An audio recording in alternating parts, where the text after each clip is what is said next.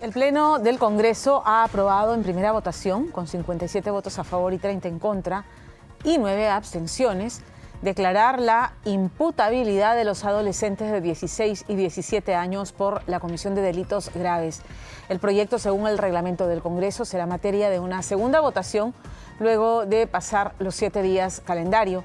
Según el parlamentario Alejandro Muñante, el Perú es de los pocos países de la región que no tiene una sanción ejemplar para los menores que cometan delitos graves. Igualmente, el Pleno aprobó el dictamen para castigar con cárcel el acoso sexual a menores de 14 años, así sea utilizando cualquier medio tecnológico o comunicación con el fin de agilizar el proceso en casos de violencia sexual y proteger a los menores.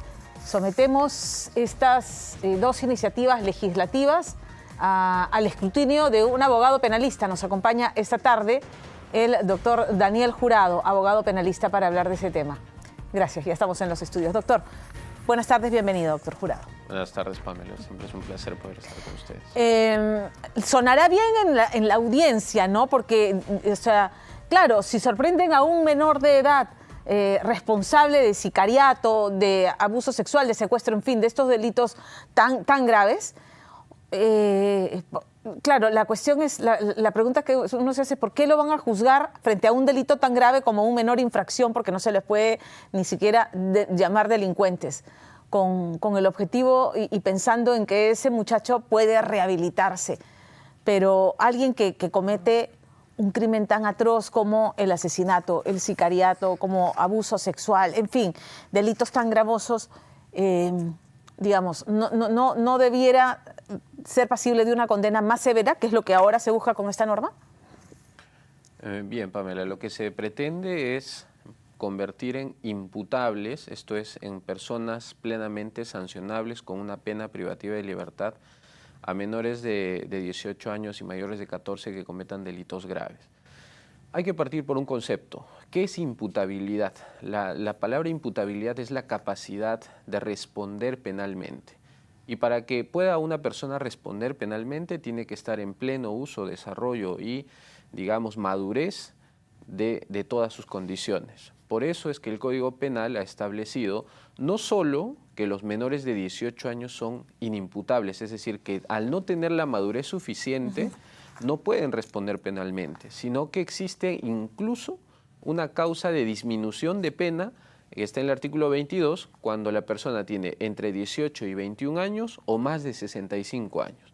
Evidentemente porque hasta los 21 años la persona no ha conseguido esa madurez completa que le permita, con todas sus letras, responder penalmente por el delito cometido. Entonces, si nosotros modificamos el concepto de imputabilidad en función a las circunstancias, no estamos pues atendiendo realmente a un sujeto que está plenamente desarrollado, ¿no? Vamos a sancionar a menores infractores que probablemente por distintas circunstancias están cometiendo delitos, probablemente aprovechados por terceros que los contratan, que les pagan o que los coaccionan para cometer esos delitos. Pero esto no elimina el problema de la criminalidad. Si bien en algunos países como Estados Unidos se ha decidido optar por esta vía, pero esto no reduce drásticamente la criminalidad. Por datos estadísticos de los programas juveniles nacionales, tenemos que ahora mismo más del 50% de los menores de 14 a 18 años que ahora mismo están recluidos hasta junio del 2024 en los establecimientos, más del 50% está por robos, el 2% por extorsión, 0.5% por sicariato. Entonces, es una medida orientada, digamos, a distraer cuando en realidad no va a frenar la ola de extorsión. O sea, lo que ahora aqueja a la ciudadanía, y es legítima la protesta, es que hay una ola descontrolada de extorsionadores y ahora se quiere salvar la responsabilidad del Congreso apuntando a los menores. Eso es una discusión que siempre se ha dado, que siempre se va a dar y que toda la vida se ha rechazado porque es contrario a la Constitución, porque es contrario a los convenios internacionales, porque es contrario a la propia ciencia del derecho penal. Entonces, el Código del Niño y Adolescente es mi primera referencia, ¿no? El Código del Niño y Adolescente no contempla considerar delincuente y por eso se le llama menor infractor. Entonces, esta norma, si se aprueba en segunda votación, colisiona, por ejemplo, con el Código del Niño y el Adolescente. Por supuesto, lo que hay que reformar es tanto el Código Penal como el Código de Niño y Adolescente. El Código de Niño y Adolescente establece para menores de 14 años medidas socioeducativas, ¿no? Remisión, entre ellas puede haber algunas reglas de conducta, acompañamiento, porque se entiende que es una persona en formación. Es decir, y a partir de 14 años ya lo hace pasible de sanción. Para los delitos más graves tienen un internamiento de hasta 10 años, de delitos de homicidio, secuestro, extorsión. Eso es una reclusión, tienen su propio tratamiento sancionador, sí están recluidos, apartados de la familia, pero hay que entender otra cosa. El artículo 139.22 de la Constitución establece la resocialización.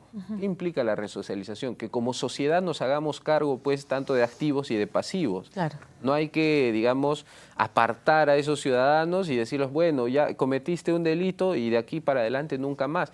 Eso es desviar la mirada del problema. El problema real ahora mismo es el sicariato, el crimen organizado, que realmente necesitó su reforma, pero que se dio un exceso en ambos lados, ¿no? Primero se dio un mal uso de la figura de crimen organizado, luego se limitó demasiado la figura, ahora están queriendo pretender un punto medio, más o menos razonable, que eso sí podría otorgar herramientas eficaces para la lucha contra el tipo de criminalidad que estamos viendo ahora.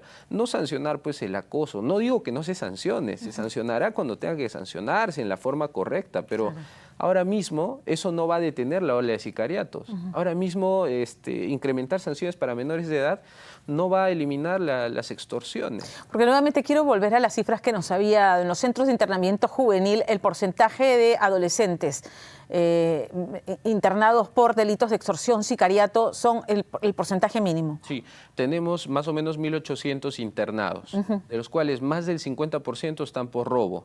El segundo lugar, violación sexual de menor de edad. Al igual que en los penales, el INPE tiene una cifra muy similar. Primero robo, luego violación sexual de menor de edad.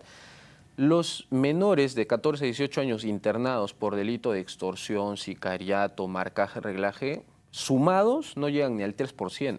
El internamiento como medida socioeducativa, ¿da resultados? ¿Hay estudios sobre el porcentaje de reincidencia? Hay un porcentaje de reincidencia, sí, y además la experiencia nos lo ha demostrado, ¿no? Tenemos el caso Gringallo, entre otros, los que han tenido 2, 3 ingresos a esos establecimientos, pero diríamos que no es, digamos, el grueso, ¿no? No es el grueso.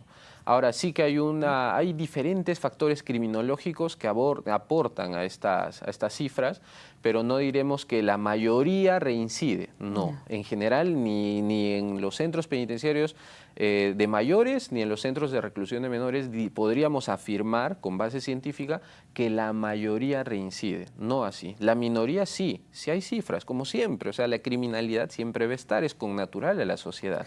Y no sé si la modificación es que, o sea, lo que se ha aprobado contempla un internamiento en centros de detención, o sea, en penales de adultos, o esta cadena perpetua o estas penas tan duras se cumplirían en un centro de internamiento juvenil.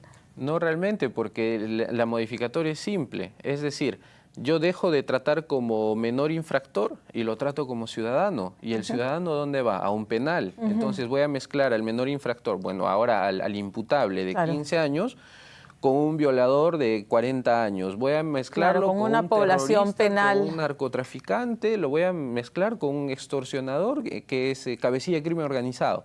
Entonces eso no le va a generar ningún tipo de resocialización. ¿Qué le decimos a las personas que opinan, que no son pocas, que somos un país demasiado garantista con los derechos de quienes atentan contra los derechos de la sociedad, ¿no? O sea, demasiado garantistas con los delincuentes, con los violadores, con los asesinos? Yo no diría que somos demasiado garantistas. ¿En qué medida? En que como ahora, siempre que hay problemas sociales, la respuesta es el derecho penal. Inflar el código, ¿no? Creamos más delitos, subimos penas. Con eso tratamos de calmar a la población y decirles, bueno, estamos sancionando más, por lo tanto deben cometerse menos delitos. Eso es falso.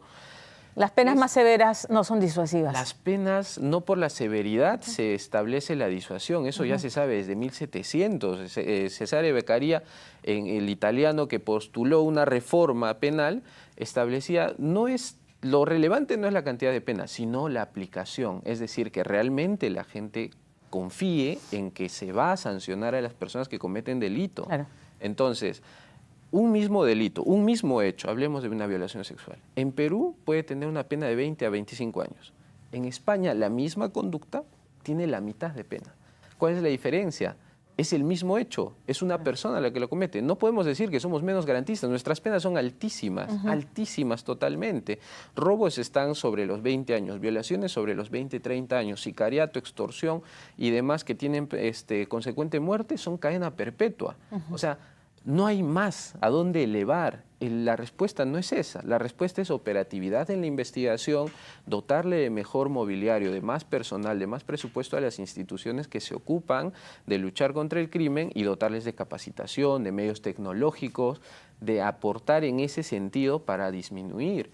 Ayer justamente estábamos en una mesa de trabajo convocada por el congresista José Gerí, que se establecía una propuesta de regulación interesante, por ejemplo, para cómo regular las intervenciones en estados de emergencia, ¿no? Y esa, por ejemplo, sí podría ser una propuesta viable, establecer algunas reglas flexibles en las cuales ante una situación tan grave como la declaración de un estado de emergencia tendremos que darle mayor operatividad, ¿no? Incrementaremos efectivos policiales, mayor actividad fiscal, mayor actividad judicial para agilizar y para poder combatir frontalmente la criminalidad en esos lugares focalizados, ¿no? No es lo mismo la criminalidad en Lima Norte que, por ejemplo, en Cusco.